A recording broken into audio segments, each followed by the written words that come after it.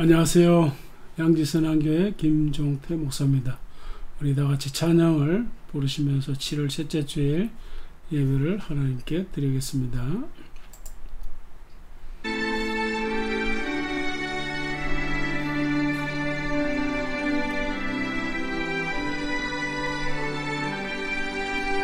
구주를 생각만 해도 이렇게 좋거든.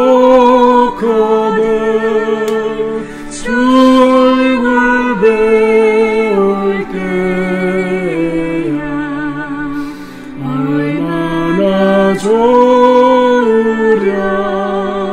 만민의 구주 예수의 귀하신 이름은 천지에 있는 이름 중 비할 데 없도다. 참에게 하는 자에게 소망이 되시고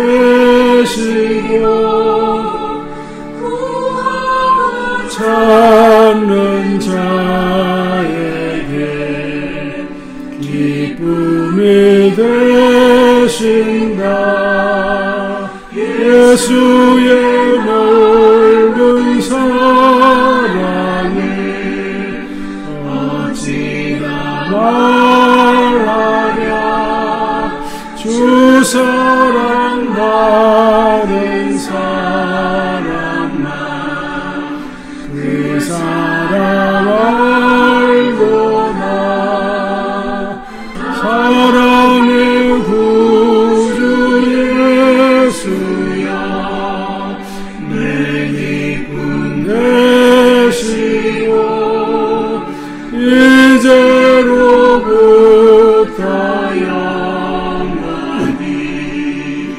영광이 되소서.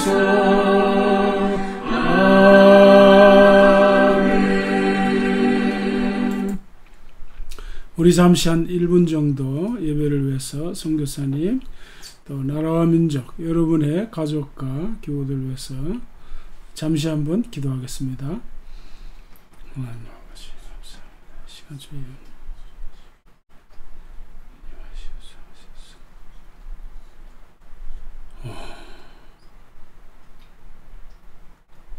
하나님 아버지 주의 성령께서 만나서 된 시간 하나님 아버지 주의 아버지 하나님 하나님 아버지 새 힘을 받을 수 있는 되시 간절히 원합니다. 하나님 아버지 피세계에서 하나님 아버지 불쌍히 주십시오. 공격하소서. 나의 남과 주님께서 선이 살아계신 하나님 아버지, 이 시간도 우리가 살아계신 주 하나님 앞에 나와 경배하며 예배하며 섬기며 또 주의 은혜의 말씀을 들을 수 있도록 이끄시 감사합니다. 하나님께서 이 시간 우리 각자의 심령과 몸과 환경을 주장하셔서 주님께 온전한 예배 드리게 하시고 신령과 진정으로 드리는 예배가 되게 하시고 하나님의 성령께서 친히 예배를 이끄시고 주장하시는 시간 되게 하여 주시옵소서. 하나님 아버지, 우리가 섬기는 귀한 선교사님들 신야성, 김영수, 천학진, 장재가, 김희정, 이사 알로토, 오길라, 이 모든 주의 사역자들 주님의 권능과 은혜의 장중에 붙잡으시사 주님 맡기신 복음 전파의 사명, 하나님 나라 전파의 사명을 넉넉히 감당하도록 은혜 허락해 주시옵소서. 우리나라 우리 민족 국률이 여기시옵소서.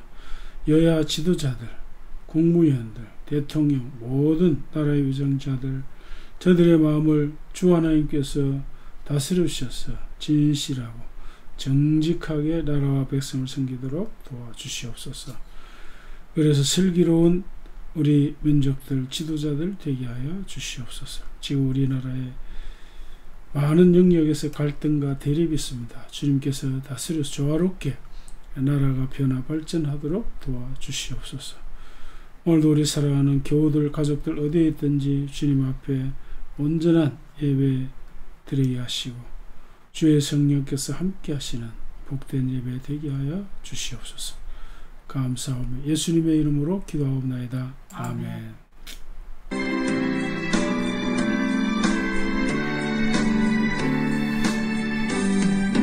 늘 의지하는 예수, 나의 상처 입은 심령을 불쌍하게 여기서 위로하여 주시니 이쁘신 나의 좋은 친구, 내가 의지하는 예수, 나의 사모하는 친구, 나의 기도 들으사 응답하여 주시니 이쁘신 나의 좋은 친구, 주의 손 의지하고 살 때 나를 해할 자가 없도다.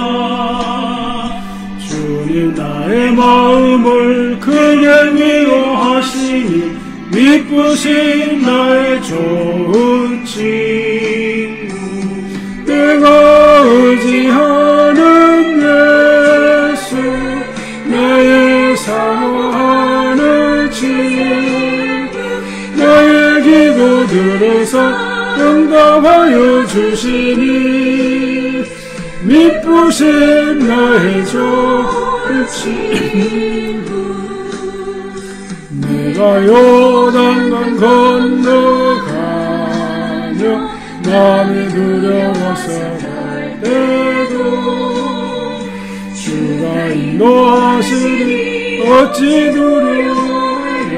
이쁘신 나의 좋은 친구, 내가 의지하는 예수, 나의 사모하는 친구, 나의 기도 들으사 응답하여 주시니 이쁘신 나의 좋은 친구,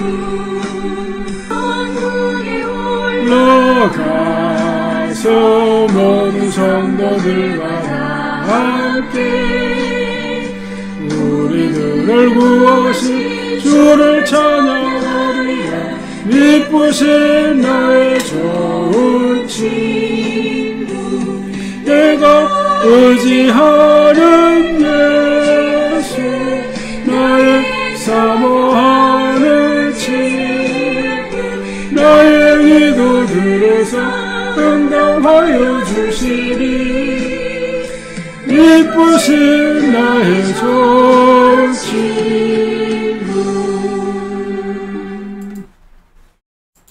할렐루야. 새 노래로 여호와께 노래하며 성도의 모임 가운데서 찬양할지어다.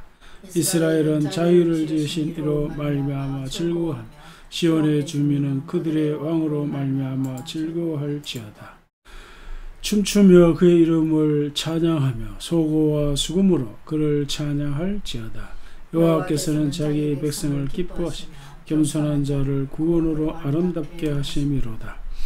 성도들의 영광 중에 즐거워하며 그들의 침상에서 기쁨으로 노래할지어다. 그들의 입에는 하나님에 대한 찬양이 있고 그들의 손에는 두 날가지 칼이 있도다. 이것으로 문나라에 보수하며 민족들을 보라며 그들의 왕들은 사슬로 그들의 귀는 철고랑으로 결박하고 기록한 판결대로 그들에게 시행할지로다. 이런 영광은 그의 모든 성도에게 있도다. 할렐루야. 아멘. 나는 전능하신 아버지 하나님 천지의 창조주를 믿습니다. 나는 그의 유일하신 아들 우리 주 예수 그리스도를 믿습니다. 그는 성령으로 잉태되어 동정녀 마리아에게서 나시고 본디오 빌라도에게 고난을 받아 십자가에 못 박혀 죽으시고 장사된 지 사흘 만에 죽은 자 가운데서 다시 살아났었으며 하늘에 오르시어 전능하신 아버지 하나님 우편에 앉아 계시다가 거기로부터 살아있는 자와 죽은 자를 심판하러 오십니다.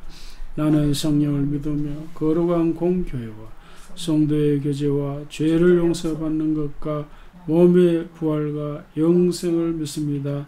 아멘. 지난 한 주간도 지극하신 사랑과 은혜로 저희들을 축복하여 주시고 오늘 주님의 날에 주님을 만날 수 있도록 인도하여 주시니 참으로 감사를 드립니다. 아멘. 하나님 아버지, 이 시간 죄와 허물이 많았던 한 주간을 되돌아봅니다. 늘 바르게 살아보려고 다짐했지만 요나와 같이 불순종하였고 탕자와 같이 주님 곁을 떠나 세상 것에 매달리며 살았습니다. 믿는 자로서 사랑과 관심이 필요한 이웃을 외면하고 살아온 부끄러운 모습들을 이 시간 기억합니다. 말과 행동이 이웃에게 상처를 주었고 감정을 억제하기 못하여 가족에게도 화를 낸 적도 있었고 지나친 나의 주장으로 동료들의 마음을 아프게 하였으며 형제 자매를 내 잣대로 판단하고 미워하면서 열기와 교만을 부렸던 그런 모습들을 이 시간 주님 앞에 모두 내려놓습니다. 주님, 이 시간 진실로 뉘우치오니 저희의 부족함을 긍휼로 다스려 주시옵소서. 하나님 아버지, 원치 않는 아픔과 육신의 질병으로 힘들어하고 물질적인 어려움 때문에 또한 인간관계의 갈등으로 고난을 당하는 사람들이 우리 주변에 있습니다. 그 누구에게도 말하기 힘든 말 못할 고민으로 홀로 마음의 병을 앓는 이도 있습니다. 내 이름으로 일컫는 내 백성이 그 악한 길에서 떠나 스스로 겸비하고 기도하여 내 얼굴을 구하면 내가 하늘에서 듣고 그 죄를 사하고 그 땅을 고칠지라 하신 약속의 말씀을 기억하오니 이 나라의 백성된 모든 근속들에게 회개의 영을 허락하시어 고침받고 회복되는 축복을 누리게 하여 주시옵소서. 아멘. 또한 세상에서 버림받고 외면당하며 헐벗고 굶주리는 이웃과 저 북한 농부들을 위해 주님의 사랑을 전하고 섬기는 능력의 교인들로 삼아 주시옵소서. 하나님 아버지, 오늘도 이 예배를 통해 살아있는 말씀, 진리의 말씀이 뜨겁게 전달되어 듣는 모든 이들이 마음을 변화시키고 주의 일꾼으로 서지 않으면 견딜 수 없는 은혜를 허락하여 주시옵소서. 오늘도 여전히 우리 선한교회에 속한 모든 믿음의 권속들에게 주님의 사랑과 은혜가 충만히 내려지길 간절히 원하옵고 살아계신 우리 주 예수 그리스도 이름으로 기도드리옵나이다. 아멘. 자, 오늘은 창세기 15장 1절 이하 21절까지인데 화면을 보시고 우리 교독을 하겠습니다. 이후에 여호와의 말씀이 환상 중에 아브라함에게 임하여 이르시되 아브라함아 두려워하지 말라. 나는 내 방패여 너의 지극히 큰 상급이니라. 아브라함이 이르되 주 여호와여 무엇을 내게 주시려 하나이까. 나는 자식이 없사오니 나의 상속자는 이 다메섹 사람 엘리에셀이니이다. 아브라함이 또 이르되 주께서 내게 씨를 주지 아니하셨으니 내 집에서 길린 자가 내 상속자가 될 것이니이다. 여호와의 말씀이 그에게 임하여 이르시되 그 사람이 내 상속자가 내 몸에서 날짜가 내 상속자가 되리라 하시고 그를 이끌고 밖으로 나가 이르시되 하늘을 우러러 목표를 셀 수 있나 보라. 또 그에게 이르시되 내 자손이 이와 같으리라. 아브라함이 여호와를 믿으니 여호와께서 이를 그의 의로 여기시고 또 그에게 이르시되 나는 이 땅을 내게 주어 소유를 삼게 하려고 너를 갈대아인의 우르에서 이끌어낸 여호와니라. 그가 이르되 주 여호와, 내가 이 땅을 소유로 받을 것을 무엇으로 알리까? 여호와께서 그에게 이르시되 나를 위하여 3년 된 암소와 3년 된 암점소와 3년 된 수대양과 산비둘기와 집비둘기 새끼를 가져올지니라. 아브라함이 그 모든 것을 가져다가 그 중간을 쪼개고 그 쪼갠 것을 마주 대하여 그 새는 쪼개지 아니하였으며 솔개가 그 사체 위에 내릴 때에는 아브라함이 쫓았더라. 내릴 때 아브라함의 깊은 잠이 큰 흑암과 두려움이 그에게 임하였더니 여호와께서 아브라함에게 이르시되 너는 반드시 알라. 내 자손이 이방에서 객이 되어 그들을 섬기겠고 그들은 400년 동안 내 자손을 괴롭히리니 그들이 섬기는 나라를 내가 징벌할지 그 후에 내 자손이 큰 재물을 이끌고 나오리라. 너는 장수하다가 평안히 조상에게로 돌아가 장사될 것이요 내 자손은 사뎀 땅으로 돌아오리. 이나 아모리 족속의 죄악이 아직 가득 차지 아니함이니라 하시더니 해가 져서 어두울 때 연기나는 화로가 보이며 타는 횃불이 쪼갠 고기 사이로 지나더라. 그날에 여호와께서 아브라함과 더불어 언약을 세우리시되 내가 이 땅 애굽 강에서부터 큰 강 유브라 때까지 내 자손에게 주리니 곧 겐 족속과 그니스 족속과 감몬 족속과 헷 족속과 브리스 족속과 르바 족속과 아모리 족속, 가나안 족속과 기르가스 족속, 여부스 족속의 땅이니라 하셨더라. 아멘. 자, 오늘 말씀 제목을 같이 한번 읽겠습니다. 아브라함의 여정, 믿음이란 무엇인가? 예. 자, 오늘 아브라함의 그 삶의 여정을 우리가 따라가면서 어떤 메시지들이 있는지 지금 계속 추적하고 있습니다. 오늘은 믿음에 대해서 생각해 보려고 합니다. 자, 오늘 이 본문 6절에 보시면 아브라함이 여호와를 믿으니 여호와께서 이를 그의 의로 여기셨다고 했습니다. 자, 이 말씀에서 자, 아브라함의 믿음을 의로 여기셨다. 자, 믿음을 의로 여기셨다. 여기서 우리는 믿음이란 무엇인가 질문할 수 있죠. 도대체 믿음의 본질이 무엇이기에 하나님은 아브라함의 믿음을 의로 여기실까? 그런 이제 그 질문이라 할까요? 문제를 생각하지 아니할 수가 없습니다. 이제 뿐만 아니라 우리가 이제 아브라함 하면 믿음의 조상이잖아요. 그래서 아브라함의 믿음이 도대체 어떤 것이기에 아브라함은 믿음의 조상으로 일컬음을 받았을까? 그래서 아브라함의 여정에서 그 믿음의 본질을 근본적으로 생각하지 아니할 수 없고요. 자, 그리고 지금 우리가 창세기 12장에서부터 지난주까지 아브라함 여정을 따라서 세 차례 이제 메시지를 확인했는데요. 이 세 번의 그 메시지가 거의 다 이제 믿음 관련 메시지였습니다. 그러니까 첫째는 말하자면 믿음 생활 그 시작의 의미가 뭔가 이런 내용을 우리가 살펴보았고, 그 다음에 지난주에는 그 하나님 나라 중심의 믿음의 도약 뭐 이런 말씀을 나누었습니다. 자, 그래서 오늘은 아브라함의 믿음을 통해서 도대체 믿음이란 게 뭔가, 그러니까 믿음의 본질에 관해서 말씀을 나누려고 합니다. 자, 믿음이란 도대체 무엇일까요? 아브라함의 믿음을 통해서 믿음의 본질 세 가지를 생각해 보려고 하는데요. 첫째가 믿음이라고 하는 것은 그 윤리나 혹은 율법의 완전성과 관련된 것이 아니고 관계적 의미를 담고 있다. 자, 이런 뜻입니다. 자, 두 번째는 믿음이라고 하는 것은 그 인격적인 관계를 지속적으로 유지하는 가운데 신뢰가 쌓이죠. 그러니까 신뢰가 엄청 두텁게 쌓일 적에는 상대가 하는 말에 대해서 서로가 보통의 상식이나 이성 혹은 합리성이나 논리를 뛰어넘는, 그러니까 객관적이고 보편적인 관점을 뛰어넘는 어떤 도약이 일어난다는 겁니다. 그게 믿음의 정상이라 정상. 자, 이 마지막으로 믿음이라고 하는 것은 이미와 아직 아니 사이에서 믿음으로 소망으로 살아가는 삶이다. 삶. 그걸 우리가 생각할 수가 있는데 이 세 가지가 구체적으로 무슨 뜻인지 하나씩 간단하게 살펴보도록 하겠습니다. 첫 번째로, 자, 이 믿음이라고 하는 것은 윤리나 혹은 율법의 완전성이 아닌 관계적 의미를 담고 있다 그랬는데요.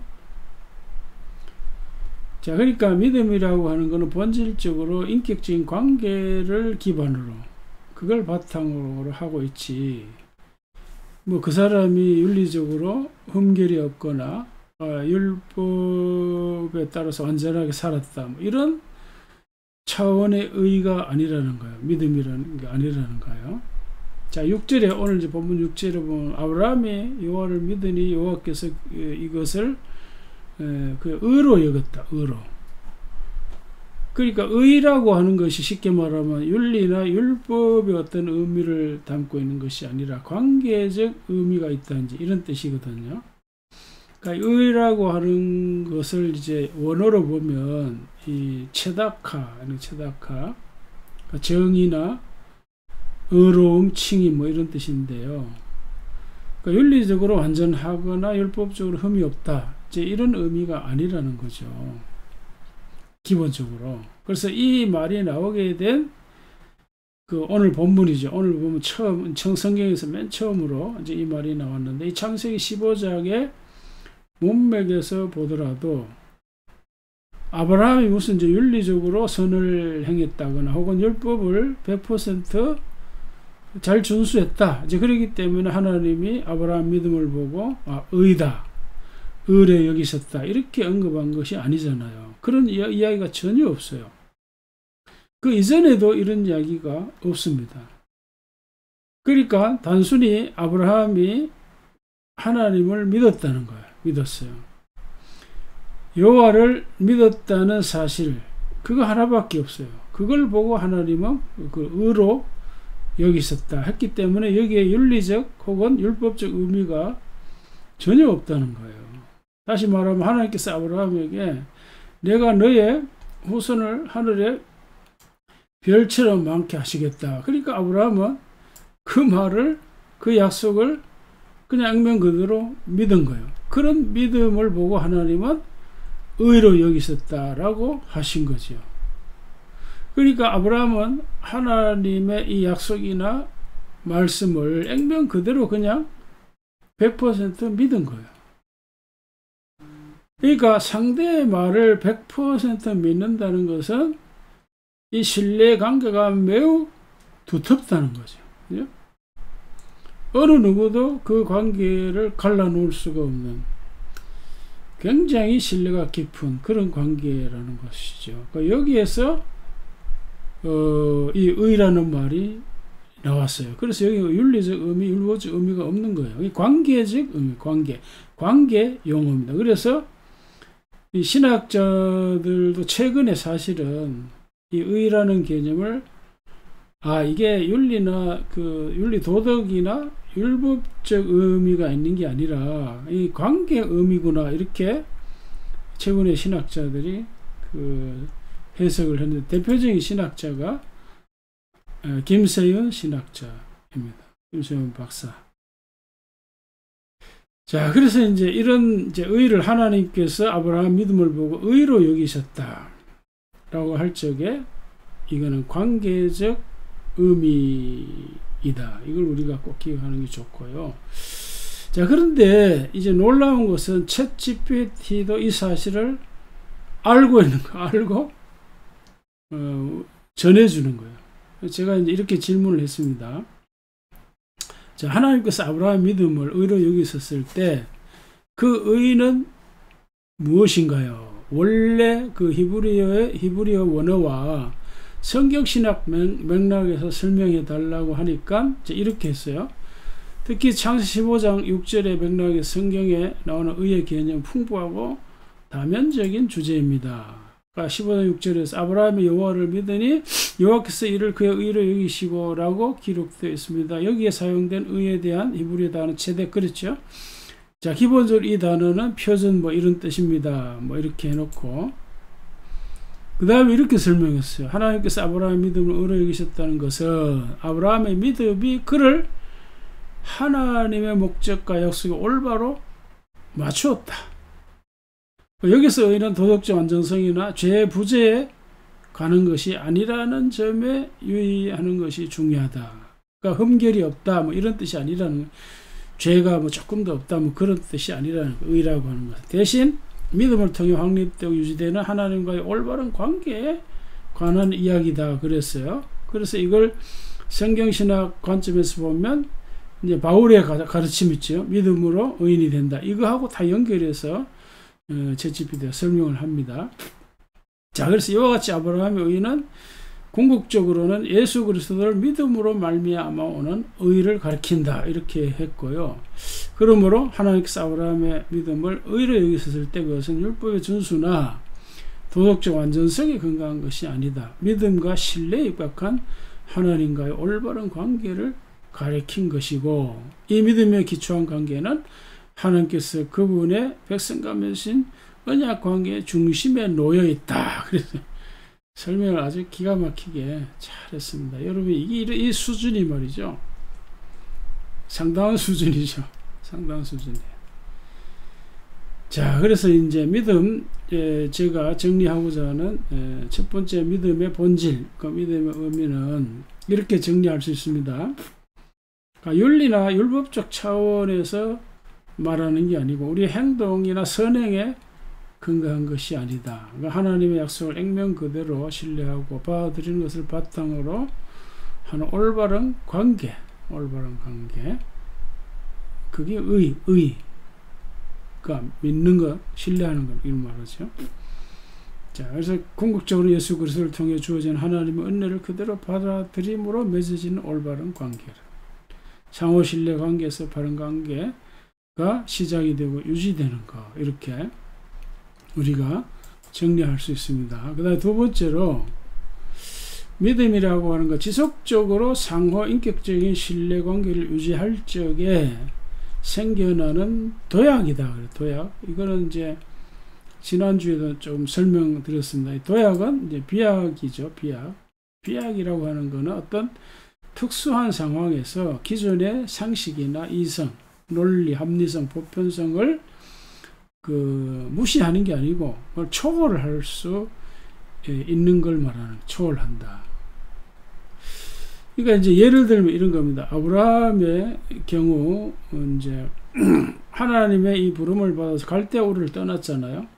이거 믿음의 비약이 아니고는 불가능하다는 거예요. 그 무슨 얘기인가 하면, 우리가 상식적으로 생각하면은 자기가 태어난 고향을 떠나지 않죠.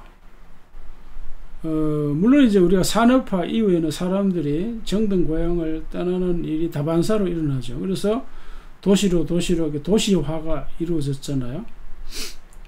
그리고 글로벌 환경에서는 뭐 다른 나라에 가서 직업을 얻어 살아가는 요즘 자연스러운 일, 심지어 지금 뭐 디지털 노마드로 해가지고 집에 가만히 앉아서 인터넷상으로 이 나라 저 나라 왕래하면서 사업하는 사람도 있죠. 그걸 디지털 노마드라 그럽니다.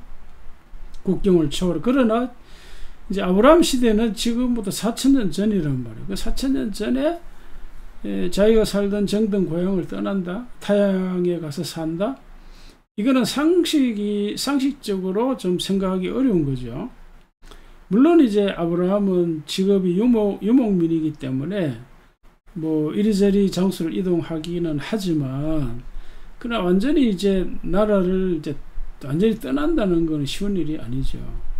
다시 말하면 하나님이 아브라함을 불렀을 때 갈대아우르 고향을 떠난다고 하는 것은 믿음의 비약.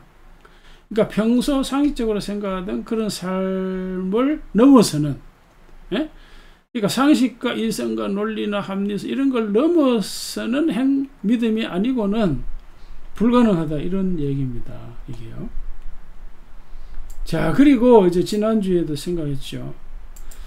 자, 하나님이 아브라함을 가나안 땅에 이제 살게 했습니다. 가나안 땅에서 아브라함을 통해서 하나님 나라를 큰 나라 이루시겠다 이렇게 말씀하셨죠. 그러면 이제 가나안 땅을 떠나면 안 되는 거죠. 그러나 이제 가나안에 기근이 왔어요. 기근이 왔으면 어떻게 해요? 양들이 먹을 물도 없고 마실 물도 없고 먹을 풀도 없으면 당연히 물과 풀이 있는 곳으로 이동을 해야죠. 그게 상식이죠. 그게 합리적인 판단이에요. 이성적인 논리적인 판단입니다. 그러나 믿음의 비약, 믿음의 도약이라고 하는 것은 그런 경우에서조차도 나는 가나안에 머무를 거야. 지진이 나도 기근이 와서 굶어 죽는 날이 있더라도 나는 가나안을 떠나지 않을 거야 하는 것이 믿음의 도약입니다. 비약입니다. 그러나 이제 아브라함은 그 상식선에서 가나안을 떠났지만 결과적으로는 좋지 않았습니다. 하여간 그걸 우리가 지난주에 봤고, 마지막으로 독자 이삭을 바치는 경우, 이거는 이제 창세기 22장 가서 이제 우리가 생각할 주제지만은 같은 맥락이라서 이제 언급을 해드리는데요. 자, 그러니까 이제 아브라함이 이제 입장에 생각하면 하나님이 자기 보고 이삭을 바치라는 거예요. 쉽게 말하면 동물처럼 잡아 죽여서 제물로 바치라는 건데, 이게 도저히 상식적으로 납득이 안 가는 거예요. 윤리적으로도 허락할 수 없는 일이죠. 도무지 지금까지 믿어왔던 하나님과는 전혀 다른 요구를 하니까 하나님이 이해할 수가 없는 거죠. 그리고 또 자기 아들을 죽이면 자기 후손들을 통해서 하늘의 별처럼 자기 아들을 통해서 후손들이 하늘의 별처럼 많게 하시겠다고 하는 그런 언약, 그 약속은 어떻게 이루어지는가? 논리적으로 이성적으로 이해가 안 가는 거잖아요. 자, 그런데 여기에서 아브라함은 아들을 죽이려고 모리아산으로 데려가죠. 이게 바로 믿음의 비약인 거예요. 비약.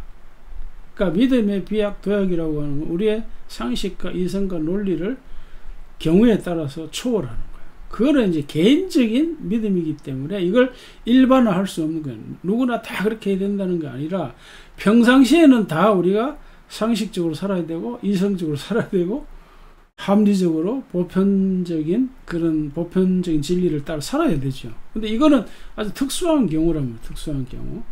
오늘날 우리의 경우에 있어서도 특수한 경우는 이제 이럴 수가 있는 거죠.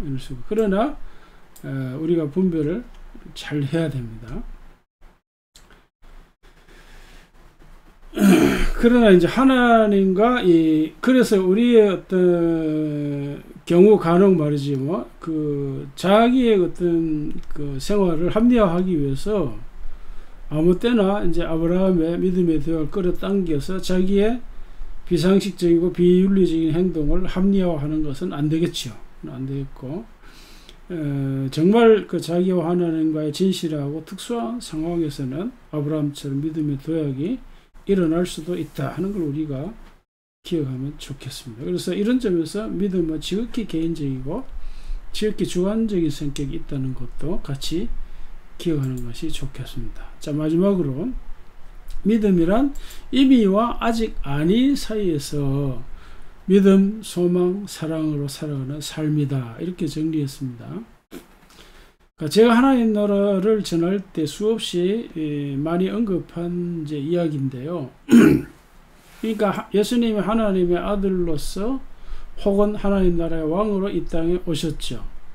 그 사실은 하나님의 나라가 이미 이 땅에 임했다라는 뜻이라 그랬죠. 그러니까 이 땅에 하나님의 통치가 예수 그리스도를 통해서 이미 시작됐다, 이런 뜻인데, 그 내용을 줄여서 이미, 그러니까 already 이렇게 표현을 하는 겁니다. 신학적으로.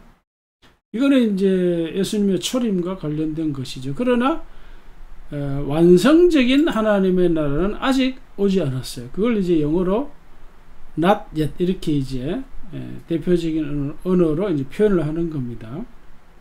그래서 신약 시대 이후 우리들은 예수님의 초림과 재림 사이에 살아가는 거예요. 그걸 이미와 아직 아니 사이에 우리가 살아간다, 이제 이렇게 표현하는 거거든요. 그러면 이미와 아직 아니 사이에 우리가 살아갈 때 어떻게 살아가는가? 그 핵심적인 삶의 모습이 믿음으로, 소망으로, 사랑으로 살아가는 거다. 이런 뜻입니다. 그래서 진정한 믿음이라고 하는 것은 이미와 아직 아니 사이에서 우리가 믿음으로, 소망으로, 사랑으로 살아가는 거다. 이렇게 이제 정리를 해드리는 겁니다. 자, 다시 말하면 이제 이 진정한 믿음이라고 하는 것은 하나님의 나라가 예수 그리스도를 통해서 이 땅에 이미 실현되었고 임했고 그 사실을 믿는 거예요.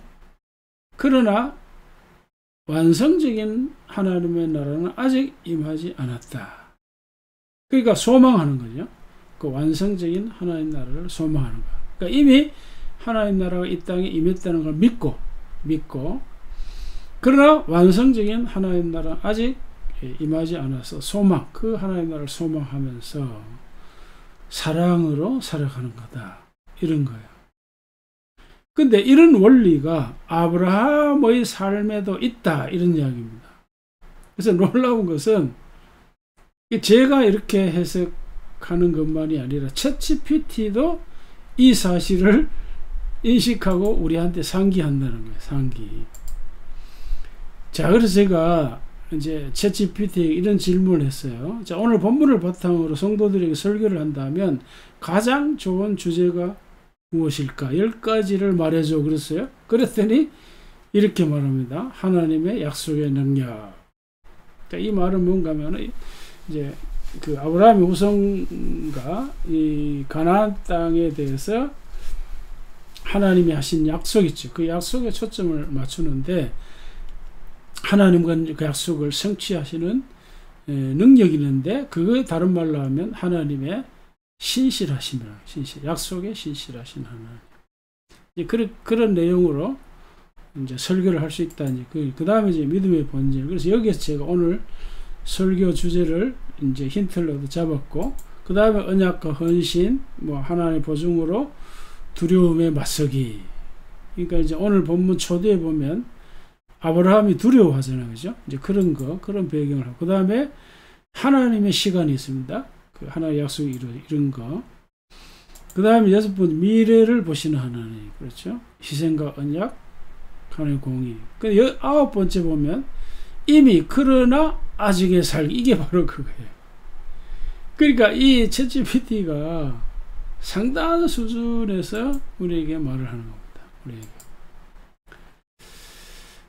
자, 그래서 바로 이거죠. 그러니까 믿음의 본질이라는 게 뭐냐? 믿음의 본질. 하나님 나라 중심으로 그 이미와 아직 아니 사이에서 우리가 믿음으로, 소망으로, 사랑으로 살아가는 삶이다. 이게 이제 믿음의 본질이라는 세 번째 중요한 거. 이걸 이제 아브라함의 경우에서 이제 찾으면 되는데, 이제 오늘 본문에서 이제 하나님 아브라함에게 너의 후손을 하늘에 별처럼 많게 하시겠다 약속하셨잖아요.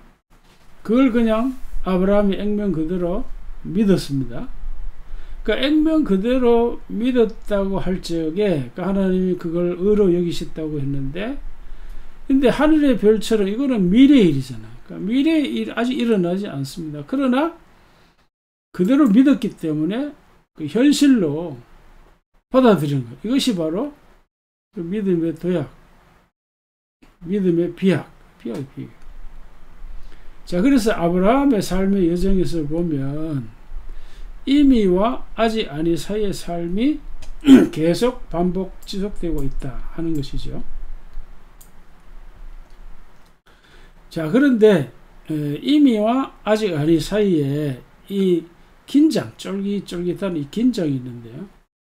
이 긴장은 때때로 확신으로도 나타나지만 질문, 그러니까 어떤 불신에서 나오는 질문보다도 더 알고 싶어 하는 맥락에서 하는 질문이 이제 생기는 거예요. 그 질문이 오늘 본문에서 아브라함에게 어떻게 나타났나요? 이런 겁니다. 자, 그러니까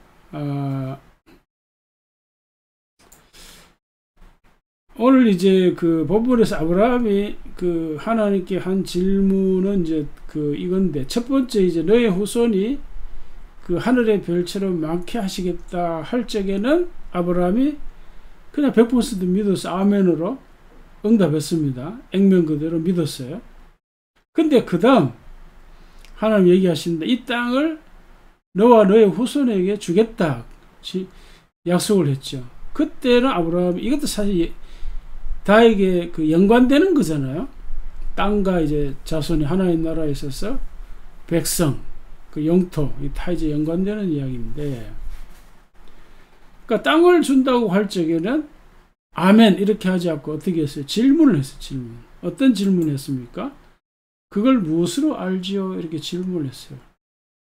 질문을 하니까 그게 바로 이제 8절 이거죠. 그가 이르되 주 여호와여, 내가 이 땅을 소유로 받을 것을 무엇으로 알리까? 그래서 무엇으로 알리까?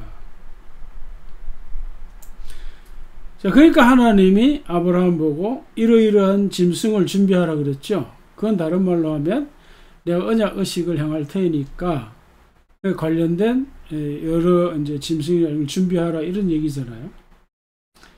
자, 그러니까 짐승을 다 준비했어요. 그리고 죽여서 반으로 쪼개놨죠. 반으로 갈라 놓으니까 햇불이 지나갔다 그래. 타는 햇불이 지나가는데 탄다 살아있다는 거예요. 하나님을 상징하고 살아계신 하나님. 그러니까 햇불은 하나님을 상징하고 하나님을 대신하는 그 예표죠. 상징, 비유인데, 그러니까 하나님이 그 사이로 지나가면서 이제 언약 의식을 행하는데, 그 말은 하나님은 자신의 생명, 자신의 이름, 자신의 목숨을 걸고 그 약속을 지키겠다. 어떤 약속이요? 이 땅을 너와 내 후손에게 주겠다고 하는 이 약속을 반드시 지키겠다 하는 뜻에서 언약 의식을 행하시는 거죠. 자, 그러니까 이런 것을 이제 말하자면 이런 언약 의식이 그 당대에 고대 근동에 있었던 하나의 문화고 관습인데, 이제 그런 걸 이제 아브라함이 보면서, 아브라함은 하나님 앞에서 하나님의 약속은 반드시 이루어진다. 그러니까 너무 그 하나님의 약속이 이루어지는 것은 너무나 명백한 사실이고 현실이 된 거죠. 그러니까 미래의 일이지만 현실이 된. 그래서 이게 이미 already 이미라고 하는 구조가 자리 잡았다는 것입니다. 자, 그래서 이거는 사실 우리가 경험한 것이 아니고 아브라함이 경험한 것이기 때문에 우리 입장에 있어서는 또 그렇게 흡족하게 동의가 되지 않을 수도 있습니다. 자, 그래서 내가 이제 챗GPT에게 또 이런 질문을 했어요. 뭔가 하면은, 아브라함 전생애를 보면 하나님의 약속이 이미 이루어진 것들이 있어요. 전체 생애를 보면. 예를 들면, 하나님이 아들을 주겠다고 해서 아들 독자 이삭을 이제 얻었죠. 전체 생애를 보면. 그러나 창세기 15장까지만 본다면,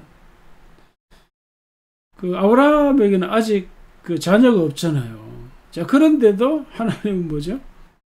그에게 하늘의 별처럼 자손을 주겠다고 했을 때 아브라함은 아멘하고 액면 그대로 다 받아들였어요. 그러니까 이미 일어난 거나 마찬가지라는 거죠.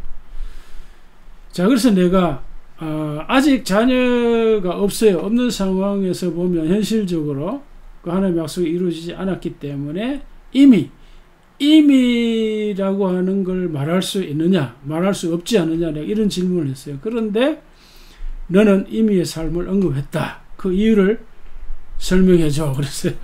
그러니까 이렇게 이야기합니다. 잘 보세요. 어떻게 설명하는지. 창세기 15장까지 아브라함이 아들에 대한 하나님의 약속이 성취되는 것을 보지 못했다는 당신의 관찰은 맞습니다. 내 이야기가 맞다는 거죠. 그러나 이미라고 하는 것은 그 시점까지 아브라함의 삶에서 약속의 성취를 말하는 것이 아니라는 거예요.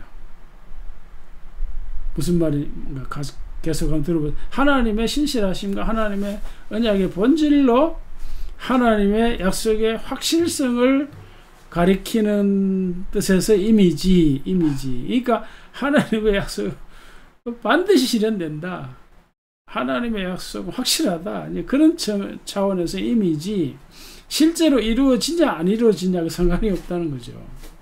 그래서 이미 그러나 아직에서 이미는 반드시 우리가 현재 상황에서 보거나 경험하는 것에 관한 것이 아니라 하나님의 변함없는 성품, 그분의 신실하신 그분의 약속의 확실성에 관한 이야기다. 그러니까 하나님의 말은 너무나 이루어지는 것이 너무나 확실하기 때문에 임의로 받아들일 수 있다는 거예요. 임의로. 그래서 하나님의 신실하심, 이걸 얘기하는 거예요. 신실하심. 자, 그 다음에는 하나님의 언약도 반드시 이루어진다. 이렇게. 그래서 우리가 약속의 비단에서 살아간다. 그러니까 우리는 이미 하나님의 약속이 이미 성취된 것처럼 살도록 부름을 받았다는 거예요. 그러니까 아무리 불가능한 상황이라도, 그러니까 가나안 땅에 기근이 와도 지진이 생겨도 하나님이 가나안 땅에 하나님 나라를 세우시겠다 하면 이루어진다는 그대로 이루어진다는 거예요. 하나님의 약속의 확실성, 신실성.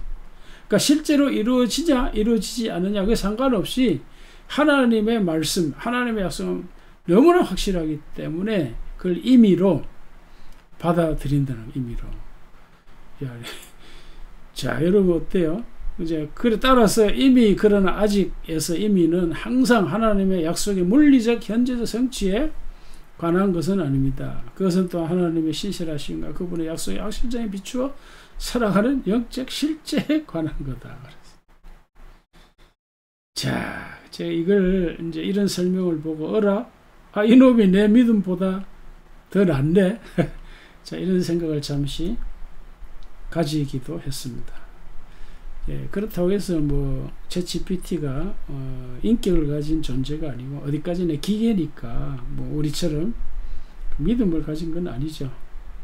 자, 그렇지만은 챗GPT가 우리의 질문에 응답하는 내용은 보통 사람들, 보통 신자들, 보통 목사님들의 그 신앙 지식이나 수준을 훌쩍 능가한다고 하는 것은 우리가 놓쳐서는 안 되겠습니다. 그렇지 않겠습니까? 그러니까 인터넷에 올라온 수많은 지식과 정보를 취합하는 거니까요. 자, 이제 말씀을 마무리하겠습니다. 오늘 믿음이란 뭔지, 믿음의 본질에 대해서 성찰을 했는데, 첫째, 우리의 믿음이라고 하는 것은 윤리나 율법의 완전성을 담보하는 것이 아니다. 그러니까 믿음을 하나님은 의로 여기시는 건데, 하나님이 믿음을 의라고 할 적에 그 의는 관계성의 의미를 담고 있다. 우리가 기억하는 것이 좋겠습니다. 특히 이것은 언약을 기초로 하나님과 나와의 개인적인 신뢰관계를 바탕으로 이루어지는 올바른 관계를 의미하는 거죠. 그러니까 올바른 관계라고 하는 기본적으로 신뢰관계다. 이렇게 신뢰. 그리고 이건 이제 단어적 의미이지만 진실은 뭘까요? 그건 언제나 우리가 주님과의 관계에서 믿음으로, 소망으로, 사랑으로 반응하는 관계라고 하는 것을 우리가 놓쳐서는 안 되겠습니다. 두 번째는 그러니까 인격 관계를 우리가 하나님과 인격 관계를 지속적으로 유지할 적에 신뢰가 쌓이는 거죠. 신뢰가. 그러니까 신뢰가 두텁고 신뢰가 깊게 형성이 되면 특수한 상황에서도 특수한 상황에서 우리가 보통 그 상식이나 이성이나 논리를 뛰어넘는 그런 반응을 한다는 거예요.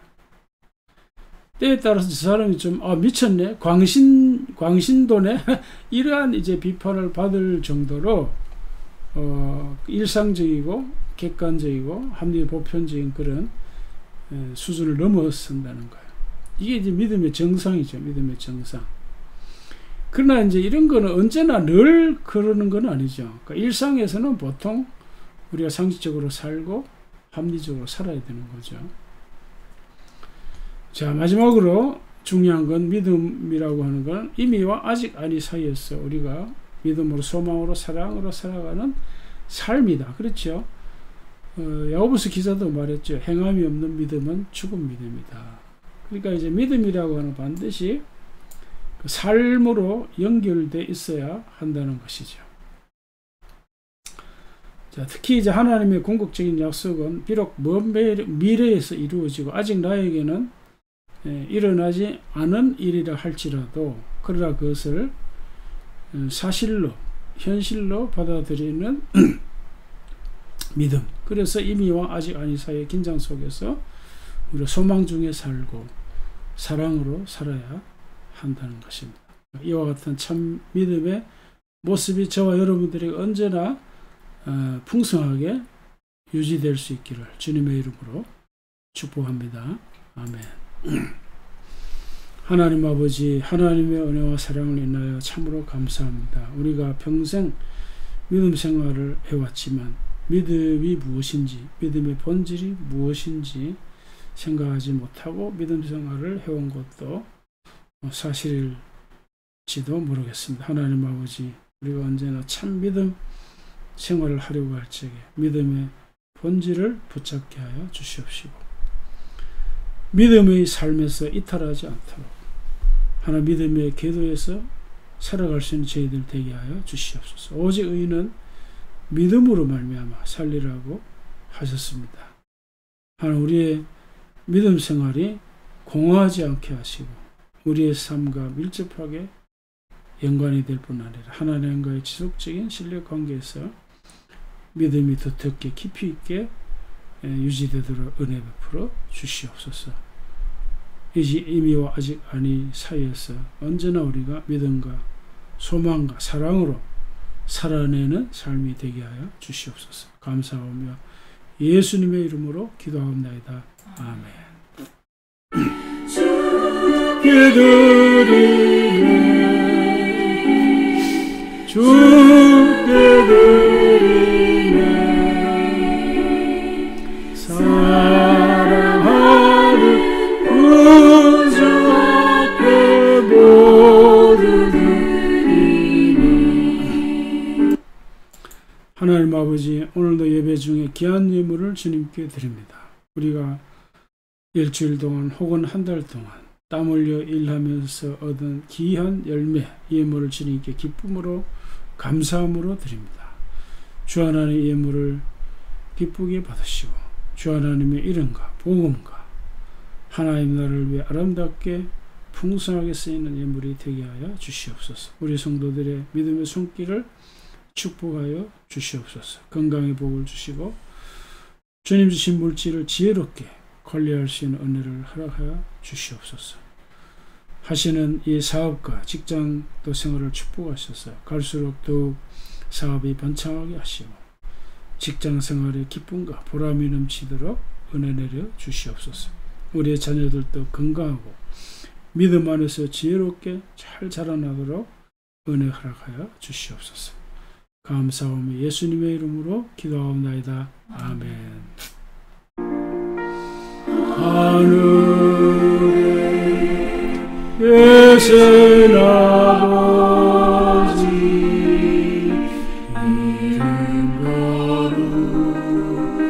거룩하사 주님 나라 임하시고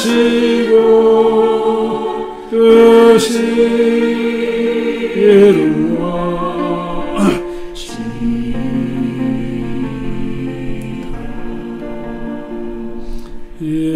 일용할 주시고 우리들의 큰 죄 다 용서하시고 또 시험에 들게 마시고 악에서 구원하소서. 내게 주의 나라 주의 권세 주의 영광 영원히